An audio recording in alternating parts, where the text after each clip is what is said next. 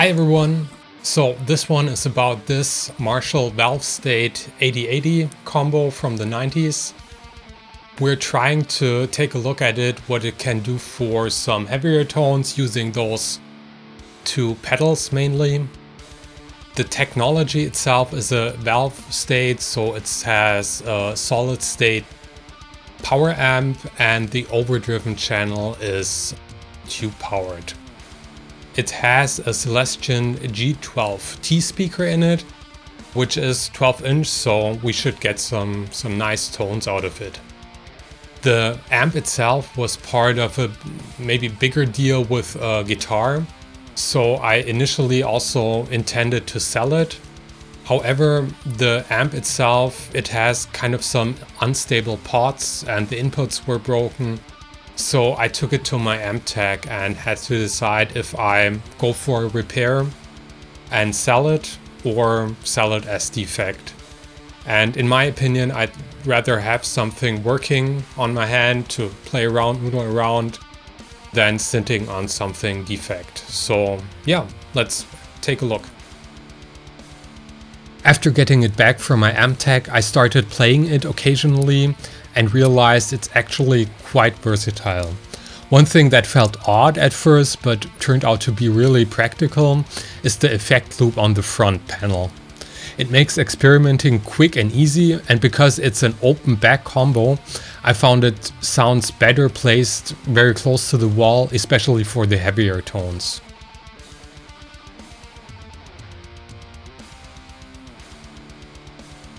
On the Marshall YouTube channel there was a video about this amp not too long ago. They were going through the regular rock setups and the classic tones, so I will link that here because I think it's really a good one and worth watching. But the purpose of this video is to go for some heavier sounds. As you know, some of the famous Swedish death metal bands, they had this old Valvestate head, 8100 I think it was called, and they used the HM2 for it. So I thought let's see if this one gets also in the ballpark of that, and then we can have a look at the 5150 Overdrive pedal as well. Yeah, so I will use those pedals. For the demo, I'm going for in-the-room sound since this is a combo amplifier. So I will miking it up with the SM58 and see where we can go. I will also maybe blend in some of the in-the-room sounds I'm doing with this camera, so you can maybe get a better feeling. I'm not that expert with miking up combos, so yeah, I just want to give you a proper impression of what it sounds and what can it do. And also please keep in mind the HM2 is kind of a very chaotic and noisy pedal, especially the old one. With the Waza Craft you get a kind of the noise floor a little bit down, but that's an old one, so yeah, let's see what it will sound like. So let's go.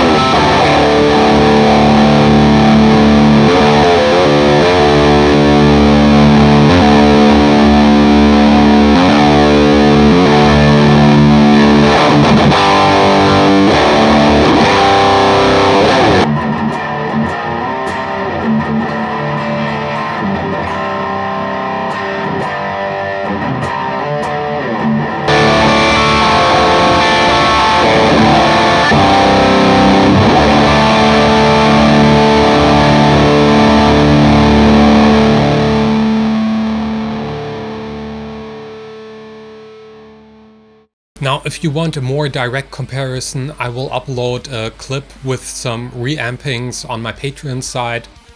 You can watch it directly free. It's free of charge, no sign up or anything else necessary. Just go to the link below. There will also be a NAM capture, so from the Neural Amp Modeler, of the OD2 channel. So I thought that was a very good starting point as a platform for those two pedals, or especially the HM2. And I think it also turned out as a very cool bass crunch breakup sound. So yeah, let me know what you think. I thought it was really good model of or capture of this amp.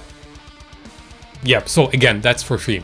Now, my opinion, the HM2 I think was absolutely fabulous. It was made for that amp. You can shape the tone or the amount of control you have with the pedal with the different channels. So maybe more control with the cleaner or crunch one, and a little bit more chaotic at the overdrive 1 and 2, depending on how high you dial the gain. And you have plenty of options with the EQ controls. So I think, yeah, you can get really good sounds. And yeah, maybe the mic sounds were also a little bit chaotic. If you play around there and maybe use also some different mics, you will be able to get some very good sounds. And also there's the possibility of post EQing that. Yeah, for in the loop, it was just muffled and dark. You don't have any presence or resonance controls on this amp. So I was always able to get better results with my angle, for instance, where you have a presence control. And yeah, that's also the same case with the 5150 pedal. I didn't like it really too much in the loop because there was no really control of the high end or yeah, the tone shaping. You had to really dial up the treble, dial back the bass, and then you were able to get some decent sounds. But also in front, I wasn't a big fan of it. Yeah, it's maybe just not really made for this combination. Yeah, but there are plenty of options on the market for preamp pedals. This was only one try and one thing I had on the hand, so there might be better options, I believe. And yeah, try it out maybe with the NAM capture I made and let me know what you think. In the end, I want to make one honorable mention for an overdrive pedal directly in front of the overdriven distorted amp. So that's the Fortin HexDrive. I figured it was always making cool sounds with solid state amps or hybrid amps. Not really a fan of it in front of my tube amps. I don't really know why, if it's just the voicing, the way how the tone knob is played, I don't know. But with the solid state amps, it did work out well, so I will blend in a short clip of that here as well.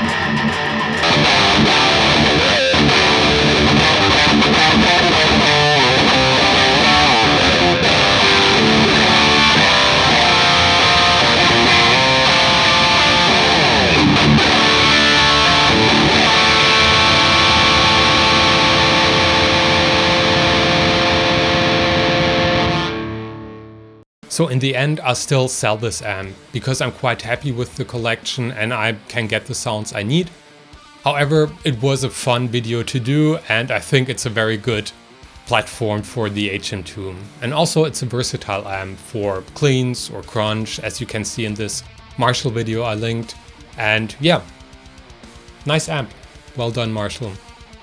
So yeah, hope you enjoyed that little video and the throwback to the 90s. And yeah, take care.